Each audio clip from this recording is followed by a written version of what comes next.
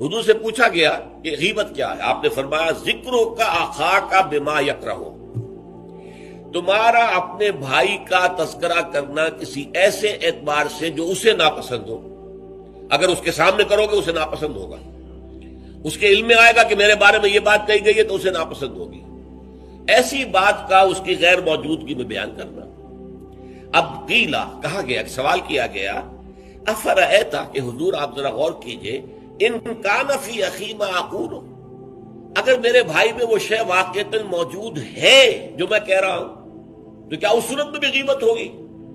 قال، فرمایا حضور نے، غور سے سنیے، ان کان فیہ ما تقول فقد اغتبت ہو، اگر تو اس میں وہ برائی ہے جو تم کہہ رہے تو تم نے غیبت کی، وَإِن لَمْ يَكُنْ فِيهِ، اور اگر نہیں ہے اس میں وہ شے اور تم پھر بھی کہہ رہے ہو ما تقول فقد بہتہ، تو تم نے اس پر بہتان لگایا ہے، یہ تو دوہرا جرم ہو گیا۔ اس میں کوئی خرابی نہیں ہے، برائی نہیں ہے اور آپ بیان کر رہے ہیں تو یہ تو بہتان ہے۔